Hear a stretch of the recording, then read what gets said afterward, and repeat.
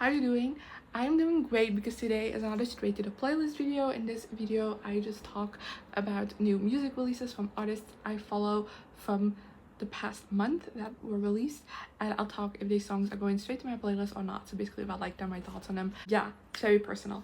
And also, FYI, if you've never seen one of these videos before, I've never seen one of my videos before, I'm not a music critic. I don't know a lot about music. This is purely from like a fangirl's perspective, and that's it.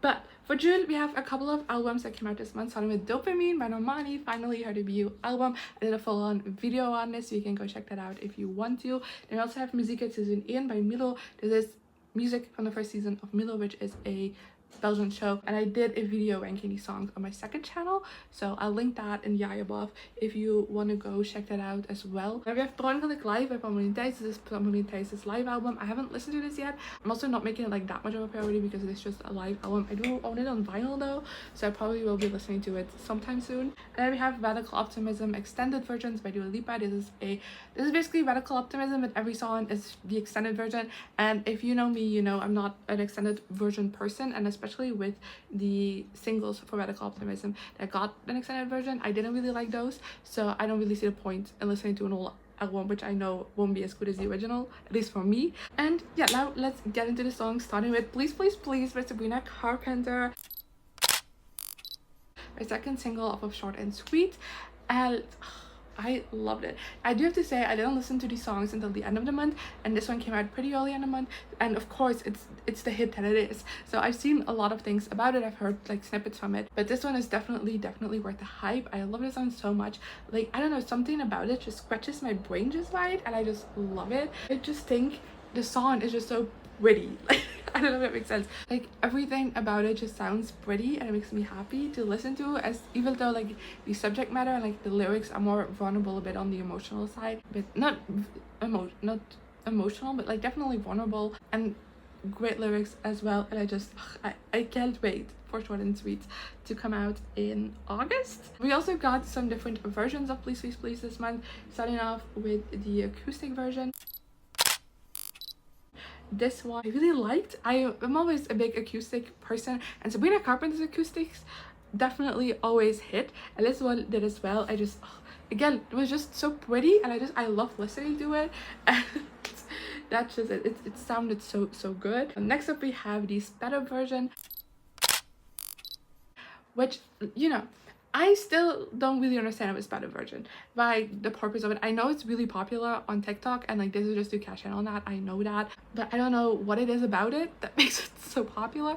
But I do know that if I put my playlist on shuffle and one of these sped up songs comes up, I always have a good time. So definitely also adding this one to it. This is like the sped up versions I never once said I'll play for myself, but like I said, when I have my playlist on shuffle, these are just like a fun little surprise I really like. Then the slow down version, I really did not like this one. I don't get it. As much as fun the sped up version is, the slow down version is boring. Like, I don't know. I always check out halfway through. I don't think I even finished this one because I just was like, why do I get out? What's the fun about that? So yeah. And lastly, we have the a cappella version. Honestly, a cappella versions are hit or miss for me, and I feel like in this case it was a bit of a miss. The espresso one I really liked, this one I didn't, but just like espresso, this a cappella version definitely showcases the vocals and like the different harmonies and like the vocal stacking and stuff like that beautifully. That's why they exist, and I do think there's some really beautiful moments in this, but overall this version just sounds so empty, which was a little bit less with espresso. But this one, there's just like moments of silence, and I don't know, I didn't like it. It's not going to my playlist, but it's definitely not one of my least favorite a cappella versions I've ever heard. Then next we have Ooh La La La by Camille. This is her Song of the Summer, and I'm not too crazy about it. I do like it. I think it's a really fun song. This is how I know I'm old, because it's supposed to be about like a crush from childhood, and I recognize all the references because that was my childhood as well. To be fair, Camille's the same age as me, but like when you get to the point of like, oh, do you remember this, and it's all stuff from your childhood, you're like, okay, I'm starting to get old. But otherwise, it's a fun song. I think the lyrics are very fun, creative, but I don't know, compared to our previous summer singles, Geen Tranen Meer Over and Rihanna, this just, I don't know, doesn't hit the same. Then next we have EGOTRIP by Blommaert. And this one this one I really like. Donderdag, his previous single, wasn't my favorite. I did still like it, but I wasn't obsessed with it. But this one I really like. It's such a bop, and I have so much fun listening to it. I love, like, I don't know, it has some power to it that I really enjoy. And I don't know, it's a really fun song, and it's a bit tongue-in-cheek, which I also really like. So yeah, I don't know, this one is definitely a vibe. Then next we have Nature by Leigh-Anne. This was an addition to the EP No Hard Feelings, which came out last month, and I really loved. I have a video on that as well if you want to see it. But this one got released, this one that's kind of like a little bonus song, and I liked it. I don't love it. It's very summery, it's very sweet.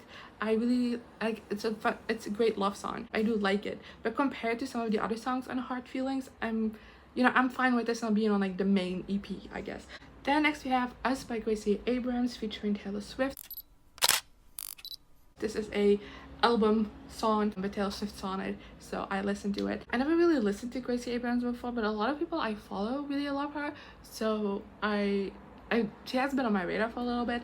But now listening to this song, I'm putting her off that radar, or just pushing her back a little bit, because I did not like this song. I do think Gracie and Taylor sound really, really good together, and I have nothing against their vocal strengths, I guess. But I don't know, it's a whole lot of nothing. Like, I don't know, I got zoned out so quickly doing this song. I thought it was so boring.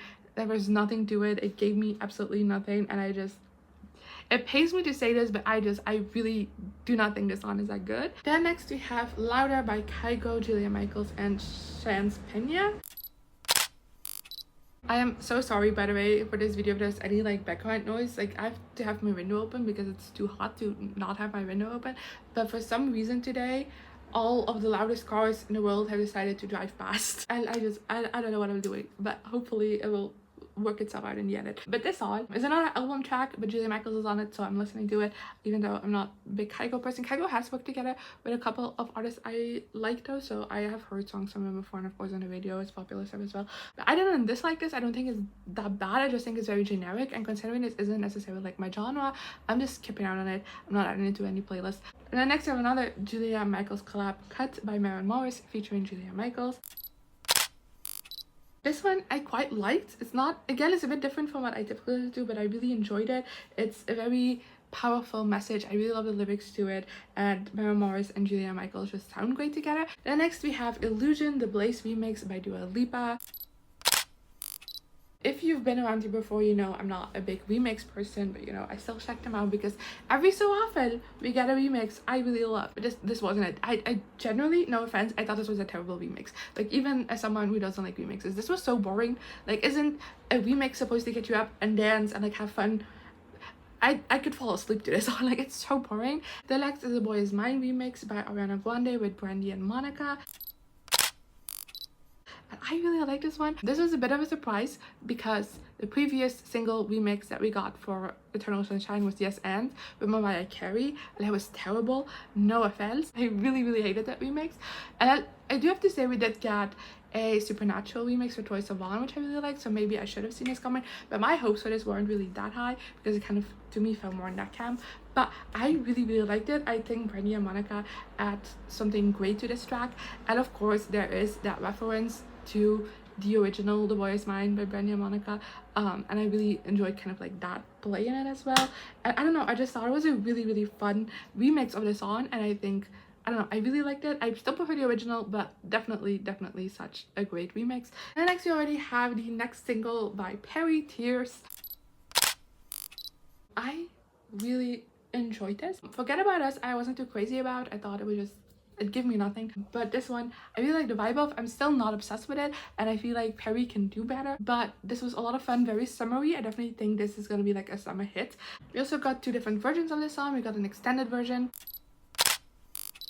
and you know, I think I have yet to find an extended version that works for me. I did like the Forget About Us one a little bit because I feel like Forget About Us felt rushed as a song, so having more breaks in it felt natural. But for Tears, I'm like, what are we doing? Like, genuinely. Like, I was just so bored listening to this one. Again, this is one that I don't think I even finished completely. I'm not entirely sure because I was just bored out of my mind. But we also got an a cappella version. Like I said before, a cappella versions hit or miss for me, but this one was a hit. I really liked it, and this is why also I just expect more from Perrie than what we have gotten. as her solo career so far, because the vocals on this absolutely insane. And like stepping away that production, because Tears is pretty production heavy, stepping away that production and like just showcasing those vocals, and again the harmonies, the vocal stacking, everything is just, oh, it's so angelic and so beautiful. And I just, you know, with that voice, it kind of feels like a shame to do such generic songs. And next we have Running Out of Time by Ashe. Oh my god, I can't believe I'm saying this. I discovered Ashe as she was doing promo for her second album, like when Anonymous Jeans. That promo cycle for that, before like the different teasers and stuff, that's when I started getting obsessed with Ashe, which I know is late. And I mean, I love Moral of the Story before that as well, but that's when I really got into her.